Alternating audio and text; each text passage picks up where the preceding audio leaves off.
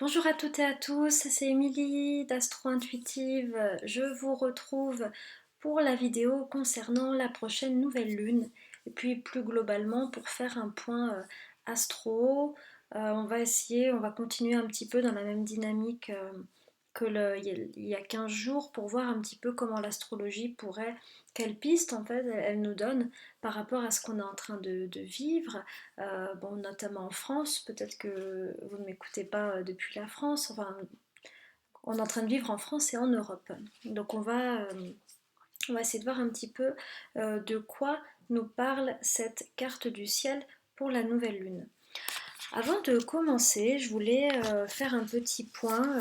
Alors, je ne vais pas vraiment sortir du cadre, mais en fait, je voulais avoir un... C'est ça qui est hyper intéressant. Je ne sais pas si vous êtes comme moi, mais le fait d'être entré en confinement, on rentre dans un rapport aux choses qui est complètement différent. Ce qui était important pour nous, c'est-à-dire le cadre, la structure, avoir, je sais pas, des rythmes réguliers ou avoir une discipline de vie très carrée, eh bien toutes ces choses-là euh, sont finalement en train de voler en éclats, puis en fait il ne reste plus que l'essentiel, ou en tout cas une réorganisation en lien avec l'essentiel.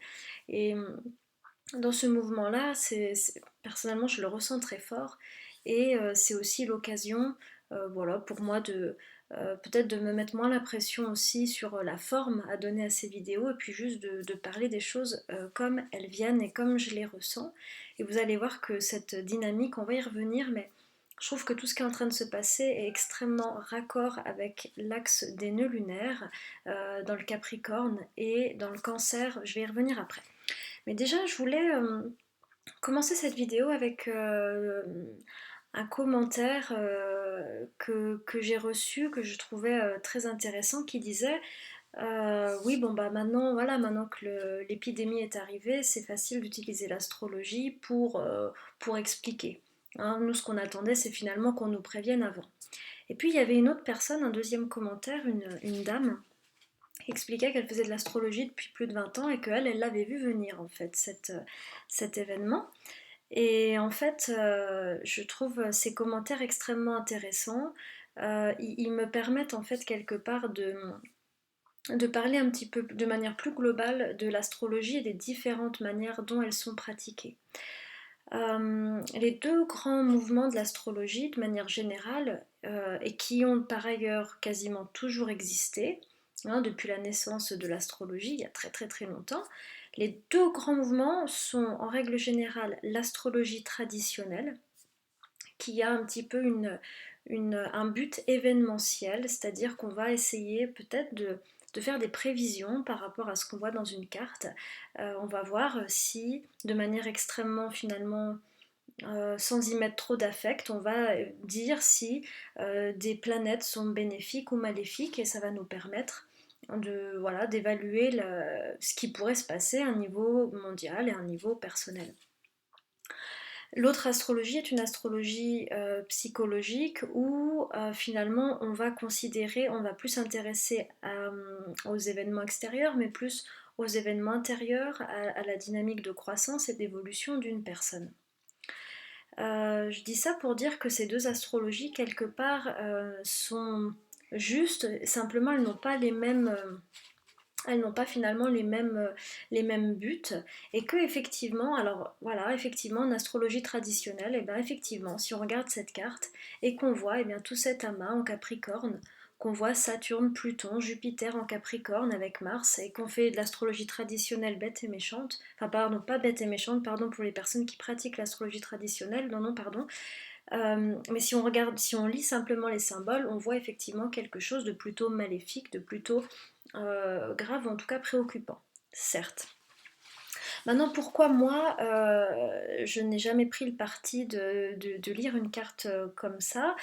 Vous voyez, je sors un peu du support, hein, je vous raconte ma vie, mais voilà, je me permets, parce que bah, effectivement, je pratique de l'astrologie plutôt psychologique, qui en règle générale, c'est ce que j'expliquais dans la dernière vidéo, je fais pas ou peu d'astrologie mondiale, mais plutôt une astrologie individuelle, même si les deux finalement peuvent se rejoindre, euh, et, que, euh, et que mon propos n'est pas tellement la prévision événementielle, mais plutôt comment nous, on pourrait utiliser ces forces à un niveau, dans un but de croissance individuelle. Voilà, les propos ne sont pas les mêmes, et aussi parce que éthiquement, je m'interdis de dire des choses. Alors après, ça peut être complètement critiquable, et je pense que d'une certaine manière ça l'est. Je m'interdis de dire par exemple que je vais voir des choses qui effectivement me font un petit peu, me donnent un peu souci, parce que je ne veux pas propager de l'inquiétude, de la peur, parce que l'astrologie a toujours été finalement vue comme quelque chose qui allait nous dire notre destin, quelque chose de l'ordre de la fatalité, et que l'astrologie a beaucoup fait peur, et elle fait encore beaucoup peur. Donc je prends un contre-pied différent. Voilà, donc c'était pour dire qu'effectivement, bah, cette personne qui pouvait prédire qu'il allait avoir quelque chose de grave, bah oui, complètement. Si on fait de l'astrologie traditionnelle, complètement. Je ne l'ai pas dit avant. Alors voilà, déjà parce que clairement, d'autre part, c'est ça aussi que je veux dire, c'est pas que genre je savais qu'il allait y avoir une épidémie et je ne l'ai pas dit pour ne pas vous inquiéter, c'est pas ça, c'est qu'en fait on ne sait pas comment des vecteurs astrologiques peuvent s'exprimer dans les événements, et que en pratiquant l'astrologie, j'ai vraiment compris qu'il fallait une grande réserve dans la manière de voir les choses. Par contre, ce qui est extrêmement intéressant, c'est que quand on vit un événement, l'événement il est déclaré, ça y est, il est né, il est clair, net, précis. Donc là, notre événement, c'est un événement de type une épidémie mondiale, avec possiblement une crise financière extrêmement importante, et donc une crise humaine collective. Une fois que notre événement il est là, clair, net, précis, utiliser l'astrologie va quand même être extrêmement intéressant, parce qu'une carte du ciel va nous permettre finalement de lire comment je dirais ça, ce que j'appelle ça un peu le dessous des cartes, c'est-à-dire pourquoi un événement se présente, quel est son but finalement évolutif. Alors c'est pareil par exemple dans des chemins de vie individuels, parfois on va vivre des drames ou des choses vraiment difficiles, et la carte du ciel en fait très souvent, je dis pas que c'est tout le temps, mais très souvent elle est en mesure d'expliquer pourquoi profondément, on va dire spirituellement, psychologiquement, cette personne vit cette crise au moment où elle le vit. Et donc ça permet en fait, bah, c'est très intéressant puisque ça nous permet de grandir à travers cette crise. Voilà, j'ai fortement, enfin j'ai pas digressé en fait, j'ai dit ce que je voulais dire. Voilà, je vais m'autoriser à, et c'est ça que je voulais dire.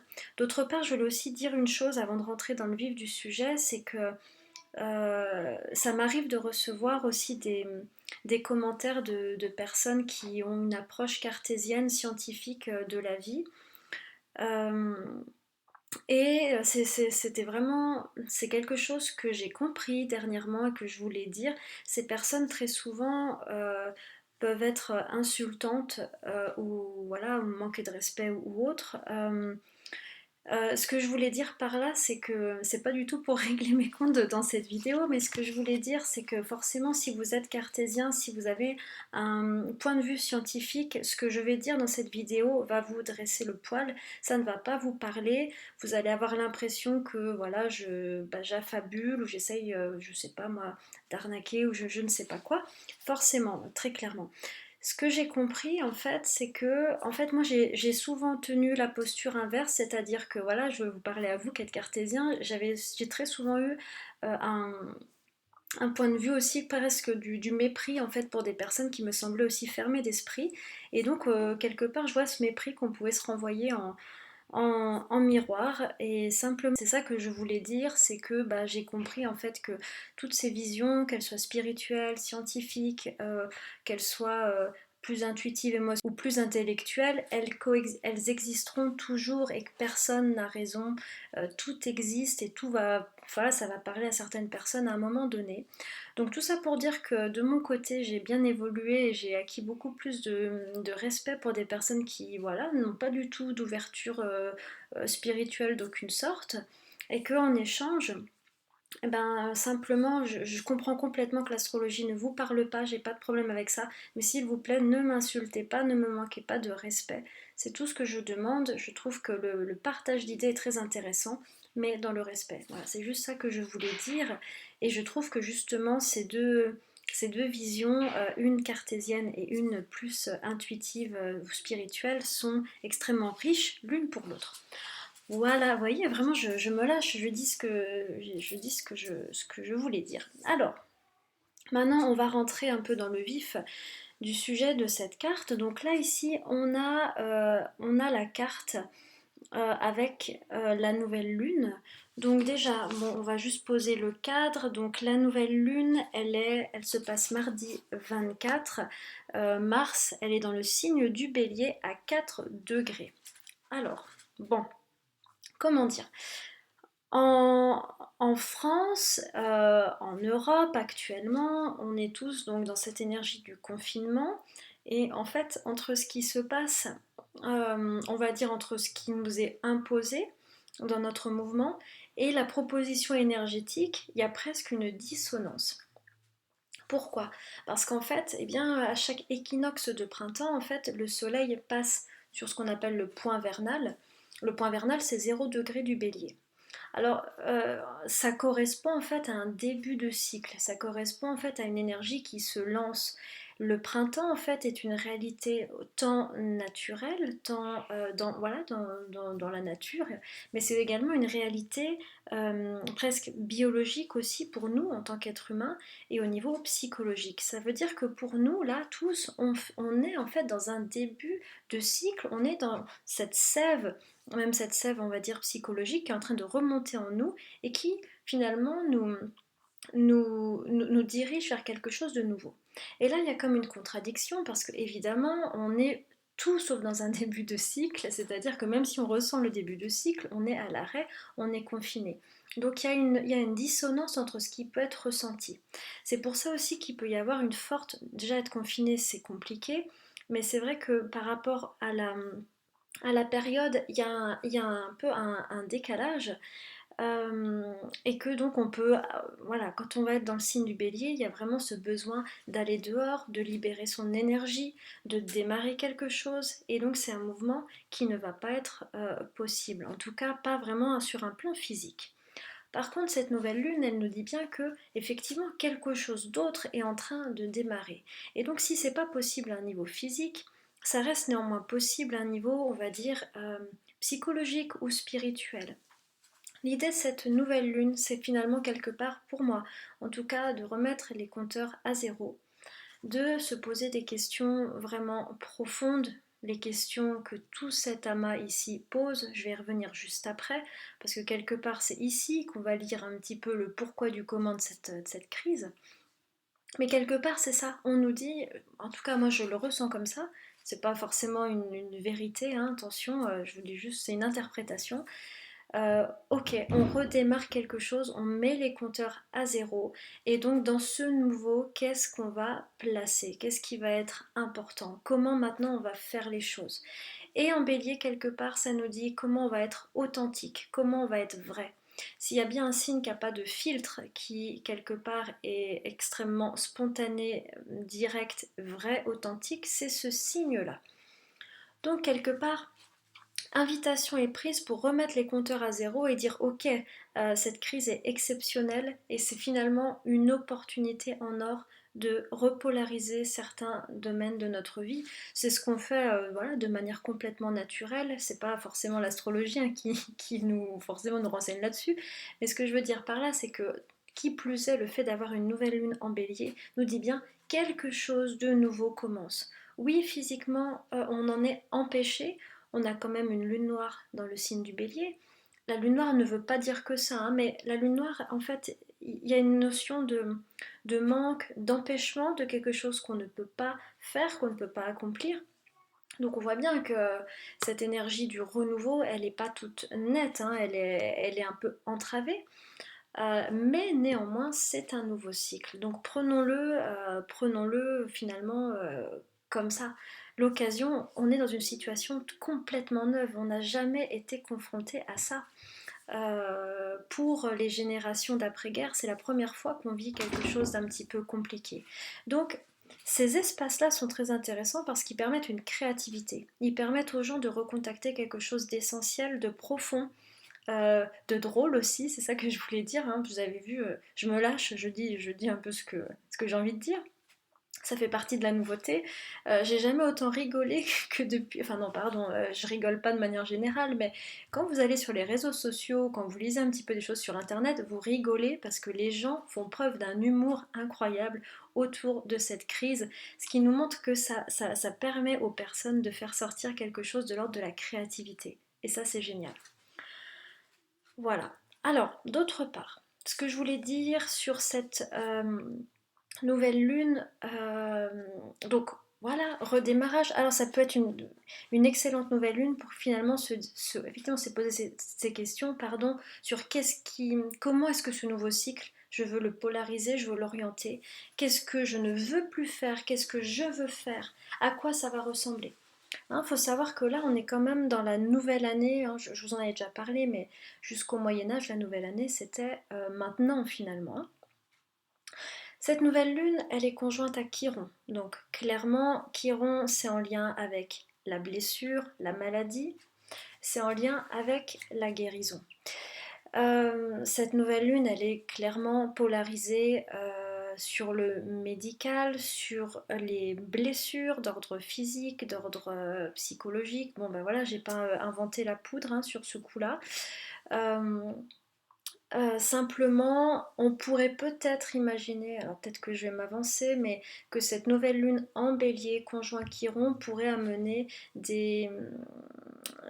comment dire, des découvertes ou des avancées par rapport à la compréhension et à la guérison du virus. En tout cas, voilà. Cette nouvelle lune, elle nous dit aussi que, outre l'aspect physique, parce que pour beaucoup de personnes ne vont pas tomber malades, ou en tout cas je ne leur souhaite pas, mais c'est quand même pas 100% de la population qui tombe malade, loin de là. Par contre, le fait d'avoir quelque part cette nouvelle lune avec Chiron, ça nous dit ok, ce mois-ci, on risque d'être confronté à nos problématiques, à nos blessures. Le fait d'être confiné quelque part, c'est un retour à l'intérieur, physique mais aussi psychologique.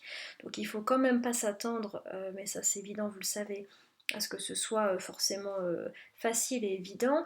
Il y a un peu une mise en lumière de certains schémas douloureux, voilà, de schémas compliqués, mais c'est ça qui est intéressant avec Chiron, c'est un astéroïde double. Il y a également la notion d'une guérison. Ça nous parle effectivement de libérer un potentiel de guérison.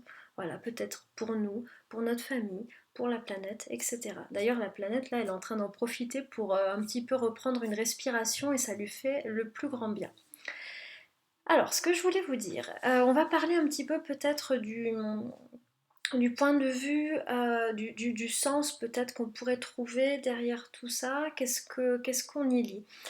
Alors moi j'ai été vraiment surprise de voir à quel point les événements finalement corrélaient avec l'axe des nœuds. Donc l'axe des nœuds c'est en lien avec la dynamique d'évolution. Dans un thème individuel, c'est en lien avec, c'est un point on va dire karmique ou évolutif.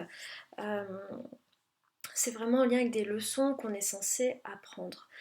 Quand le nœud nord passe dans un signe, pardon, ça devient une espèce de karma collectif. On est en fait, on est tous confrontés à ça. Et je ne sais pas si vous vous souvenez, mais ça fait déjà depuis 1 an et demi quasiment qu'il est dans cet axe-là, et on avait beaucoup parlé, en tout cas j'en avais parlé, j'imagine que d'autres aussi. En fait, l'axe Cancer-Capricorne, ça fait jouer la dynamique vie pro, vie privée. Le nœud sud, il est en Capricorne, c'est-à-dire que le nœud sud, il nous dit, le nœud sud souvent représente un nœud, un problème à dénouer. Le nœud sud nous dit, ok, apparemment il y a beaucoup d'énergie qui est mise dans le secteur professionnel. Il y a beaucoup d'énergie qui est mise à structurer, à fonder des choses très carrées. C'est vrai que voilà, c'est pas le cas partout, mais par exemple en Europe, on est quand même, la société occidentale a un côté très structuré. Alors peut-être certains vont s'étouffer en m'écoutant, mais c'est vrai que si on part par exemple en Asie du Sud-Est, c'est pas du tout la même dynamique. Ce que je veux dire par là, c'est que cet axe-là, le fait d'avoir le nœud sud en Capricorne, donc c'est ce que vous voyez ici, Et le nœud nord en cancer, le nœud nord en fait c'est ce qu'on nous demande de développer, c'est l'énergie, le signe qu'on nous demande de développer. Or le nœud nord c'est en lien avec le fait de passer du temps chez soi, le fait de s'occuper de ses proches, de ses enfants, de sa famille, de revenir à l'essentiel, de revenir à quelque chose de plus émotionnel, de se montrer vulnérable, de se montrer fragile. Alors que ici en Capricorne, si on prenait des images, prenons des images. Le Capricorne ici, il nous parle du chef d'entreprise qui doit gérer les choses pour gagner de l'argent et faire tourner sa société. Si on prend le nord en cancer, on est plutôt sur la mère de famille qui va s'occuper, qui va rester à la maison et qui va voilà, faire à manger, faire éduquer ses enfants, faire l'école, je sais pas, à la maison, pourquoi pas, ce genre de choses. Bon. Alors effectivement, peut-être qu'on aura l'impression que je grossis le trait inspiré des circonstances actuelles, mais pas beaucoup, hein. Si vous écoutez mes vidéos précédentes, on en avait pas mal parlé. Tout ça pour dire que, bon bah voilà, le fait que tout le monde soit arrêté de travailler pour finalement retourner chez soi en étant confiné, en étant obligé de cuisiner soi-même plusieurs fois par jour, pour les personnes qui ont des enfants, de faire l'école à la maison, pour des personnes qui n'ont pas forcément d'enfants, en tout cas de nourrir les liens familiaux, pas forcément directs mais par téléphone, etc. Comment dire, cet événement il est extrêmement en lien avec ce nœud nord. C'est vraiment une manifestation événementielle directe de l'axe des nœuds. Il n'y a pas plus flagrant quoi. Bref, je pense que vous m'avez compris. Donc tout ça pour dire que si on veut faire un confinement heureux, ça peut être ça peut être intéressant de comprendre cette dynamique qui est en fait, comme je disais, le Capricorne, il met des cadres, des structures qui sont censées nous sécuriser, qui sont censées nous aider à travailler, à faire avancer notre vie, notamment professionnelle et financière. Mais là, ce nœud sud, il nous dit, tout ça est devenu sclérosant et puis quelque part, tu t'es perdu en route, en fait, tu as perdu de vue le système en train de te bouffer. Du coup, quelque part, ce confinement, ce retour vers le non-hors cancer, c'est comme une grande pause pour se remettre dans des choses essentielles, pour se poser des questions profondes. Si vous avez lu ce livre ou si vous avez déjà entendu parler de ce livre, il y a un livre qui s'appelle Les 5 plus grands regrets des personnes en fin de vie. Et l'un de ces regrets, notamment, c'est de ne pas avoir passé assez de temps avec ses enfants, de ne pas avoir dit aux gens qu'on aimait, qu'on les aimait, d'avoir trop travaillé, d'avoir passé toute sa vie à travailler et de ne pas avoir été finalement présent à sa vie. Autant dire que cette période est en fait l'exact bon moment pour faire en sorte qu'on n'ait pas de regrets. C'est pas parce on peut faire plein de choses à l'extérieur qu'on a une vie forcément plus riche de sens. Voilà, donc c'est ça que je voulais dire. C'est intéressant parce que quelque part, voilà, ça peut mettre en fait un sens sacré à ce qu'on est en train de vivre. En tout cas, sacré, ça paraîtra peut-être, ça fera dresser le poil à des personnes cartésiennes, mais en tout cas un sens profond, un sens en tout cas à ce qu'on est en train de vivre. Donc on est dans les derniers degrés de ce nœud nord en cancer, et c'est ça que je voulais vous dire aussi, c'est que en étudiant l'année 2020, je comprenais pas, j'avais un peu de mal à cerner cette histoire du nœud nord en Gémeaux. C'est-à-dire qu'en fait, dans quelques semaines, le 5 mai pour être exact, le nœud nord passe dans le signe des Gémeaux. C'est-à-dire qu'on change d'axe karmique. On passe sur autre chose. Et bon, clairement d'un point de vue évolutif, l'axe Gémeaux-Sagittaire, il est un peu plus, il est moins confrontant. On est dans des signes dits mutables, donc des signes qui vont plus être en lien avec la connaissance, avec l'expérience, mais l'expérience un petit peu joyeuse et sans but. Tout ça pour dire que je comprenais pas bien parce qu'on avait tout un amas en Capricorne, là ce que vous voyez là, hein, qui sera encore là le 5 mai, hein, il n'aura pas beaucoup bougé. Et puis on avait ce nœud nord en Gémeaux et je comprenais pas parce que le Gémeaux est un signe extrêmement léger qui parle d'ouverture au monde, qui parle de divertissement, de parler simplement avec ses voisins, ses amis, de sortir boire un coup, de bouquiner un livre au soleil, d'aller au cinéma, je sais pas, ce genre de choses. Et donc je comprenais pas trop comment ça allait s'articuler. Donc ça c'est très intéressant de voir comment vraisemblablement j'imagine que le confinement devrait être fini aux alentours de mai, max juin.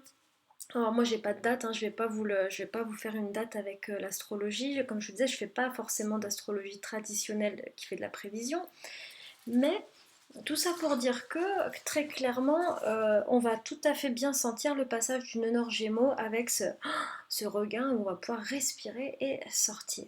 Mais en attendant, profitons vraiment de cette expérience pour aller à fond dans cette énergie du cancer. Voilà, c'est ça que je voulais vous dire. Et puis l'autre chose que je voulais vous dire, bon bah voilà, du coup, moi j'ai beaucoup abordé, on va reparler de cette conjonction, hein, cette triple conjonction, Pluton, Saturne, Jupiter en Capricorne, et puis avec Mars hein, qui vient rejoindre ce trio. J'en ai beaucoup parlé depuis le début de l'année, comme beaucoup de personnes. Hein qui font de l'astrologie, je l'abordais plutôt sur un domaine personnel, c'est-à-dire que pour moi, Pluton-Saturne, c'est une transformation. Comment dire? Pluton, c'est la force d'évolution. En nous, par exemple, c'est notre âme qui dit je veux que maintenant tu t'épanouisses en allant vers cette direction. Et Pluton, on va le sentir comme une espèce d'impulsion, comme presque un instinct. C'est quelque chose, c'est une force qu'on a beaucoup de mal à réfréner, qui quelque part nous pousse à aller dans une direction, et souvent notre personnalité est complètement effrayée par cette direction. Et là, je vous parle à un niveau individuel. Saturne, au contraire, est une planète très concrète qui dit ok, donc elle dit le changement c'est maintenant, donc qu'est-ce qu'on met en place concrètement pour que ça se passe. Donc moi je l'avais beaucoup abordé comme des changements très profonds dans les chemins de vie des personnes. Et je pense que c'est toujours vrai par ailleurs. Maintenant à un niveau mondial, Pluton reste toujours la force d'évolution, mais si on le met à un niveau mondial, ça peut être une énergie en fait qui dépasse de beaucoup l'individuel et qui demande une réforme. Tout ça est en Capricorne. Bon voilà, encore une fois, hein, ça va pas vous sembler fou, mais le Capricorne, c'est en lien avec les structures de société, c'est en lien avec les grandes entreprises, les banques. Les banques, c'est extrêmement corrélé hein, avec le Capricorne. C'est en lien avec les structures qui font que la société fonctionne comme elle fonctionne. Pluton et Saturne dans ce signe-là visent en fait je pense, une réforme profonde de société, une réforme profonde des structures de la société. Donc ce qui est en train de se passer pour moi, c'est que ce virus quelque part, il est en train de permettre, on va dire, à cette structure de se renouveler. Seulement Pluton est quand même une planète un peu char d'assaut qui fonctionne par crise, qui fonctionne par effondrement et puis par renaissance. Voilà, donc c'est ça que je voulais vous dire aussi, c'est que quand même toute l'année 2020, on a cette conjonction Saturne-Pluton. Donc on est effectivement sur une crise qui semble profonde, qui semble quand même durable, mais la meilleure chose à faire et finalement à espérer, la meilleure chose à faire dans ce type de transit est de ne pas résister, parce que quelque part on dirait qu'il y a une force d'évolution à l'œuvre qui est en train gentiment de réformer cette société. Et c'est ça que je voulais vous dire, c'est que c'est quand c'est samedi, c'est dimanche, pardon. Dimanche 22 mars, Saturne rentre en Verseau. C'est-à-dire donc ce Saturne-là, vous voyez là, il a 0 degré du signe des Verseaux. C'est assez intéressant parce que Saturne, comment dire, il reste environ 2 ans et demi dans un signe, donc c'est quand même pas anodin. Qu'est-ce que ça va nous dire ce Saturne en Verseau? Bah, ce Saturne en Verseau, le Verseau, pardon, c'est en lien avec le collectif, les, Les groupes, tout ce qui permet... Alors, les groupes, c'est un petit peu... ouais, c'est un peu restrictif.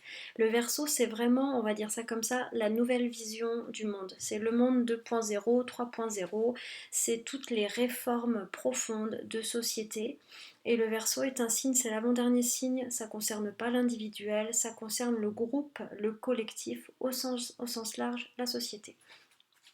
Ok, Saturne en Verseau, quelque part, nous demande, en fait, ces événements nous montrent à quel point nous sommes partie prenante du collectif, de la société. Et ce Saturne en Verseau nous demande de prendre notre responsabilité par rapport au changement collectif. Donc par rapport à cette réforme de société, l'idée est également de ne pas d'être acteur par rapport à cette réforme de société, hein, de ne pas forcément se laisser déposséder son pouvoir en le donnant, je ne sais pas moi, à des colosses, mais qui finalement sont fragiles. Bon, je ne vais pas faire de la politique ici, mais voilà. D'autre part, mon Saturne en Verseau, allez, là on va faire un peu d'astrologie justement traditionnelle. Bah oui, le Saturne en Verseau. Le Verseau, c'est aussi en lien avec tout ce qui est télécommunication, internet, réseau, tout ce qui permet finalement aux hommes de se relier. Clairement, c'est vrai que Saturne, en rentrant dans ce signe, va quand même peut-être poser une problématique par rapport aux télécommunications, par rapport au réseau internet. Est-ce que, hein, peut-être vous avez vu des infos, est-ce que le réseau va tenir? C'est quand même des questions que ce Saturne en Verseau pourrait nous poser, et il pourrait nous imposer une espèce de sobriété numérique. Ça serait pas impossible. Voilà, encore une fois, un Saturne, il est là quelque part pour questionner, pour nous amener à être responsables. Et en fait, Saturne en Verseau nous dit, mais regarde comme ton action a un impact sur le collectif. Toi, tu as l'impression, voilà, que tu es chez toi, tu fais ce que tu veux, mais non, ça a vraiment un impact important. Voilà ce que je veux vous dire. Oh là là, j'ai vraiment été bavarde. J'ai vraiment été bavarde.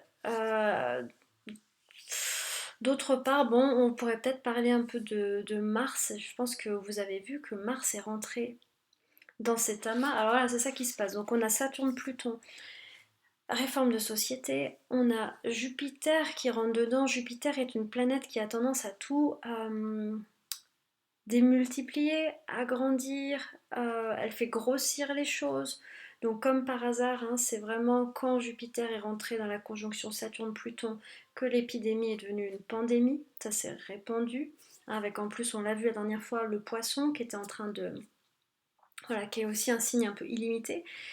Et Mars, en fait, est rentré dans cette conjonction. Donc c'est vrai que ben là, on arrive un peu sur une période un peu tendue, un peu critique, parce que ça va être vraisemblablement voilà, un des pics épidémiques tout le temps où ce Mars va rester dans l'amas. Il faut compter encore environ une dizaine de jours, douzaine de jours.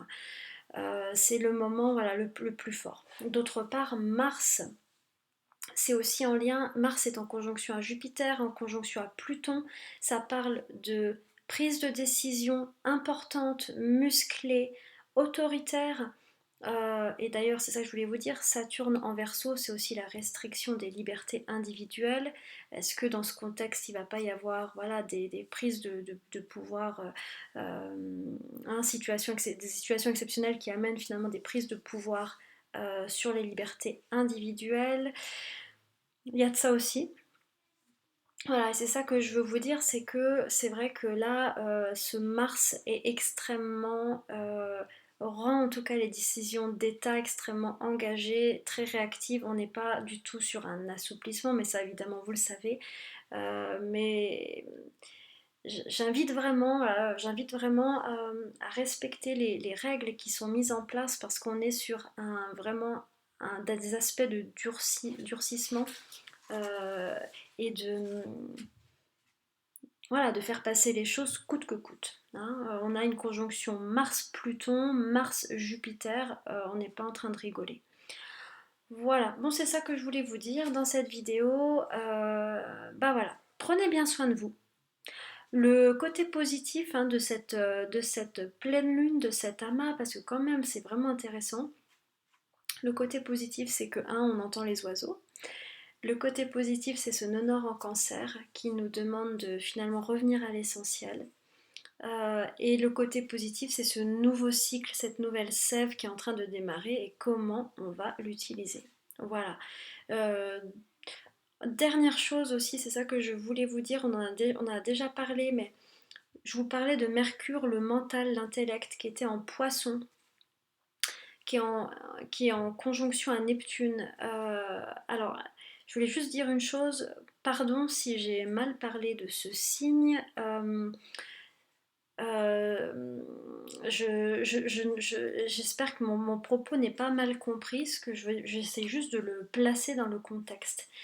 Le poisson en fait est un signe qui va être plutôt spirituel ou émotionnel ou voilà ou un peu mystique, etc. Ce qui peut être extrêmement bien, mais c'est vrai que là tout le côté spirituel du signe du poisson me semble moins parlant. En tout cas, il va pas être parlant pour l'ensemble de l'humanité. Ce que je veux dire par là, c'est qu'avec un Mercure Poisson, l'émotionnel en fait prend le pas sur le Mercure, sur le mental, sur l'intellect. Et vraiment encore pendant un mois, l'idée c'est de faire attention à pas se faire emmener par les vagues émotionnelles et les vagues de peur. Hein.